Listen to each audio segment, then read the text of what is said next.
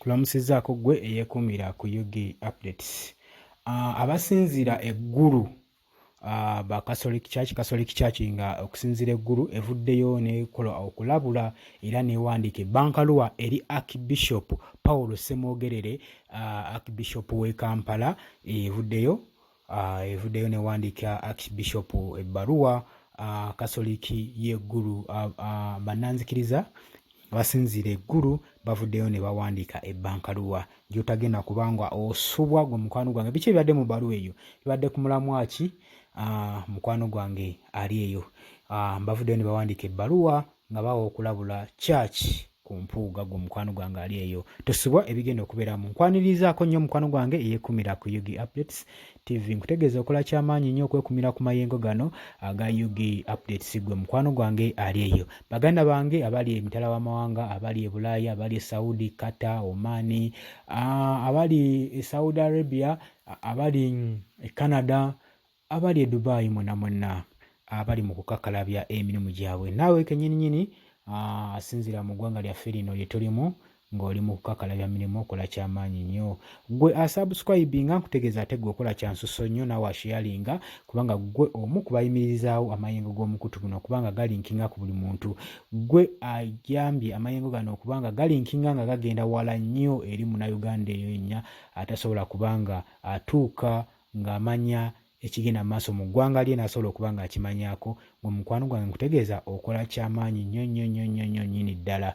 Naye muganda wange kutegeeza nti no teweerabira kusubscribinga, ate bw'oba osubscribinze teweerabira kukoona kade kajja kuyambako okuba nga kuleetera notification message buli tuba tuyingiddewo nga tukuleetedde ebigambo ebipya eby'enkyukakyuka. Gwe mukwano gwange ali eyo munnankyukakyuka. Muganda wange kutegeeza nti no Yugi Updates nga bulijjo twasalawo okuba nga tubaweereza nga tubaleetera amawulire mu buli nsonda zonna ezeesigika. Gwe mukwano gwange ali eyo. Muganda wange mpuuga si birungi. Omwami ono yaliko former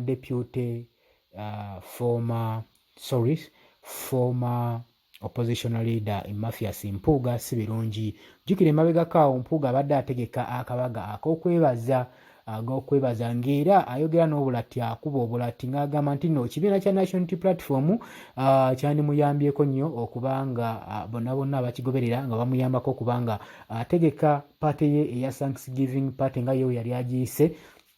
Abadde mu keetalo muganda wange ng'ategeka paati. Muganda wange abadde ategeka masala ennaku ezo, abadde mu keetalo mu keejago ng'ategeka masala. Mpuuga n'avaayo n'agamba nti no Catholic Church yandibadde evaayo n'emuwa ekitambiro ky'emmisa, n'emuwa okusabirwa, n'emuwa ekitambiro ky'emmisa ku kapate ke kabaga ke kategese aka Thanksgiving aka Censure Motion.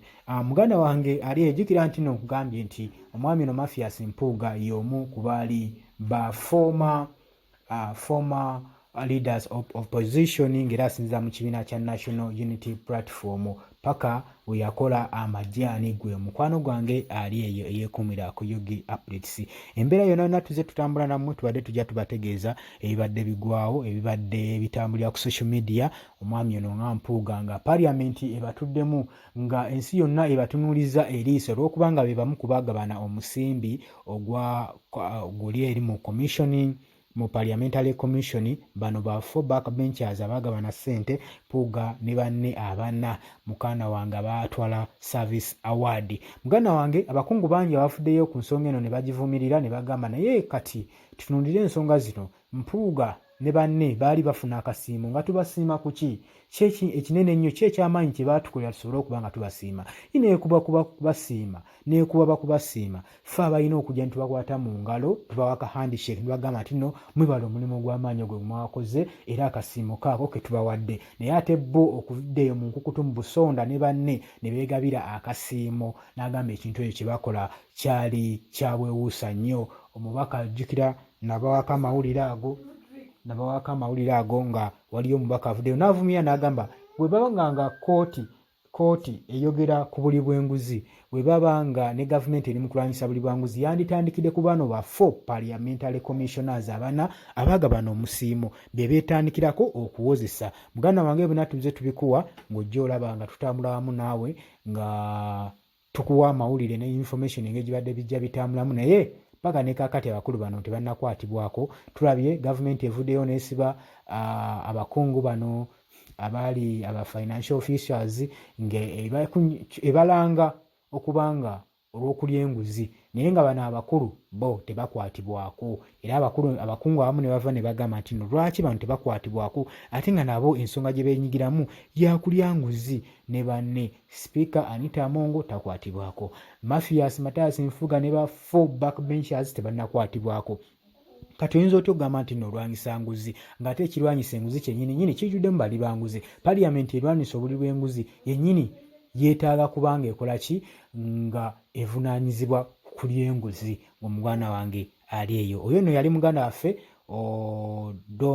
Odongoto yavaayo n'agamba ebigambo ebyo gwe mukwano gwange mbanga seerabidde bulungi nnyo. Naye muganda wange abakulu bannanzikiriza okuva eggulu abava mu kyaki eri mu kasidro y'eggulu bavuddeyo ne bagamba nti nno bawandiise ebbankwa ne bagamba Archbishop w'e Kampala Paulo Ssemwogerere ne bagamba nti nno Bishop togeza n'okkiriza ba priest bannanzikiriza okubanga beenyigira ku mukolo gwa Mathias Matayasi Mpuuga omuwa ekitambiro ky'emmisa okubanga akuza akabaga ke yataddewo, kubanga kijja kuba kitegeeza nti mujja kuba mufudde ekkanisa okubanga kifo eky'okwekwekebwamu buli ali enguzi alina kwekweka mabega ya kkanisa.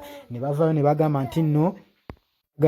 nti nno temufuula kyaki si kifo kya kwekekebwamu eri bano bali banguzi. Kyaki kifo kya nzikiriza, saagala mukiteekemu mukifuule ekifo eky'okuddukibwamu oba ekifo ky'aboonoonyi, temukifuula kiddukiro ky'aboonoonyi ate era temukifuula kifo kigenda kubanga kikwekereza aba corrupt leaders, aba leaders abalidde enguzi okubanga kibakweka emabega waakyo. Era ne bawa okulabula ne bagamba nti nno era Archbishop yandibadde alabula ba priests abasinga n'abanga atabaganya kubanga bakulembera ekitambiro ky'emmisa ekyo okubanga basigaliza omusajja ono omuli w'enguzi okubanga bamukulembera mu kitambiro eky'emmisa. Gwe mukwano gwange ali eyo eyeekumira ku Yogi Updates TV agambye nti nno kyaki kifo kya nzikiriza tekirina kubanga kyekekwamu abali b'enguzi okubanga tuddira kyaki okubanga ewagira abantu ng'abo ba corrupt leaders. Muganda wange ali eyo. Gwe mukwano gwange nkutegeeza nti ebikolwa nga bino bize bibaawo mu ggwanga naye kati ezino ensonga kyaki webanga evuddeyo neevumirira ekikolwa nga kino, kyaki erina kuvaayo kuvumirira kikolwa nga kino so si kubyesigamako na kukweka bantu nga bano ng'ebakweka mu kyaki ng'esobola okuba nga ebahayidinga. Gwe mukwano gwange ali eyo. Era kyaki wenaabanga ekikoze ejja kuba ekoze ekintu ekibi ennyo, ejja kubeeraza ekifaananyi ekibi ennyo. Kyaki gye twandiddukidde okukuba enduulu okubanga yeesigamye ku basajja ng'abo okubanga ebakwekereza emize gyabwe kijja kubanga kikoze bubi nnyo. Era nsuubira nti Archbishop Paulo Ssemwogerere agenda kubanga ensonga zino agitunuuliza n'eriiso ejjogi, tayinza kukola nsobi yadde n'emu kubanga esapootinga aba priests abalala okubanga bawa ekitambiro ky'emmisa. Omukolo Mathias Matayasi Mpuuga gwategese ye gwayise Thanksgiving okubanga bamukulembera nga bamuwa ekitambiro eky'emmisa. Nkiwa muganda wange ekyo tasobola kukikolako wadde n'akatono. Era tubeere nnyo nga twesabira bannayuganda tusobole okubanga tuva mu mbeera kubanga mulabye ebize bibaawo mu ggwanga. Eggwanga abantu batandise obbasengulamu, ebizimbe by'abantu bimenyebwa, abantu bali homeless tebakyalina maka olw'ensonga nti abakulu abatutwala batwala eggwanga lino bo beefudde nti nno lino eggwanga lyabwe. Era gwe munnansi omunaku tolina kigambo na kimu kyosobola kwogera, tolina asobola kulwanirira, gweka alina okwerwanirirako weka. Kati ne kyaki gye twandiddukidde ne kyaki tebakyazitya, era ne kyaki yennyini abantu abaliyo imbu nabo bayinza okuba bannaabwe. Kati muganda wange gw'olina kwerwanako gweka. Gwe mukwano gwange yeekuumira ku Yogi Updates. Nkutegeeza muganda wange okyali ku Yogi Updates TV, teweerabira kusubscribinga, genda maaso n'okusubscribinga tusobole okuba nga tukutuusako information mungi nnyo ddala. Amawulire mangi tukyagaleeta gwe muganda wange, naye abakulu abasinzira eggulu we bate bavuddeyo ne bagamba nti nno Archbishop w'e Kampala Pawulo Ssemwogerere akomye ku bapristisi abagaana abalabule okukulemberamu ekitambulo ky'emmisa okukiwa Mathias Mataasi Mpuuga Kabagake Kaategese. Bagambye ekyo kikyamu nnyo, tebajja kikkiriza era tebakiganya ne kibaawo wadde n'omulundi n'ogumu. N'agamba kyaki si kifo kya luddukiro y'aboonoonyi nti buli alina okwonoona n'abakulembeze aboonoona nga balaba kati ng'abo bali corrupted nabo baddukira eri ate kyaki yennyini bakulemberemu ng'ebawa ekitambulo tebajja kiganya. Tuva ku UG Updates.